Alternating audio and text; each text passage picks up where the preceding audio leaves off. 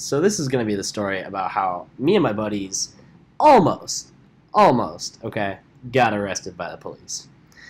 It was one late October night in good old northern Illinois, and it was a bit chilly, maybe around 40 or 50 degrees.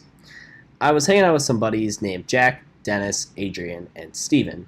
Dennis and Adrian had the amazing idea of heading out to an abandoned gravel mill and warehouse to see what we could find, and maybe take some cool and spooky pictures. We parked our car at a clothing donation center not too far from the place and walked down a dark trail in the middle of the woods. We ended up coming across somebody's property, and unfortunately we had to trespass through it in order to reach our destination. We arrived shortly at the 10-foot high walls that had surrounded the mill, and we climbed our way to the top, only to realize that the mill wasn't so abandoned anymore. Lights were on, CCTV cams were set up, and construction was underway. We ended up settling for something else, with something way more sketchy. There was an abandoned house and barn not far from where we were, and we traveled there. Despite being abandoned, this place still had signs to warn against trespassing. The very first time I set foot in that house, it felt like a scene straight from a horror film. Broken glass and debris were everywhere, graffiti plastered on the walls. The basement stairwell was blocked off by furniture. We all brought various forms of light with us.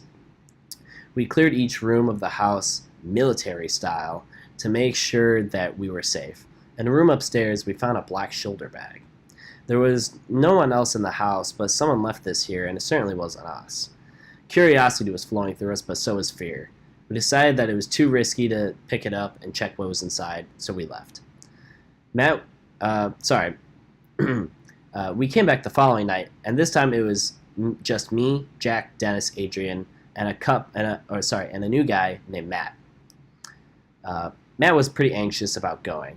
He said that he felt like something was off, or something feels like it's going to go wrong. We tried to reassure him, especially because we made makeshift weapons the night before. Metal rods with flashlights attached, plywood turned into spears, and so forth. It wasn't even a second into stepping into the house when I noticed a car had pulled up. I warned the group, and our hearts had dropped. We turned off our lights, and we were frantically searching for another way out. No luck. A man had come up to the house and stated that he was from the sheriff's office. We were caught. Game over. The five of us dropped our weapons and came out willingly, of course, and we all stood in fear. We all stood in front of his car in fear. 2 more cruisers had showed up, and about 4 or 5 cops had surrounded us and started searching the house. We were scared for our lives. 2 of the officers that we were with were actually quite friendly, and they calmed us down.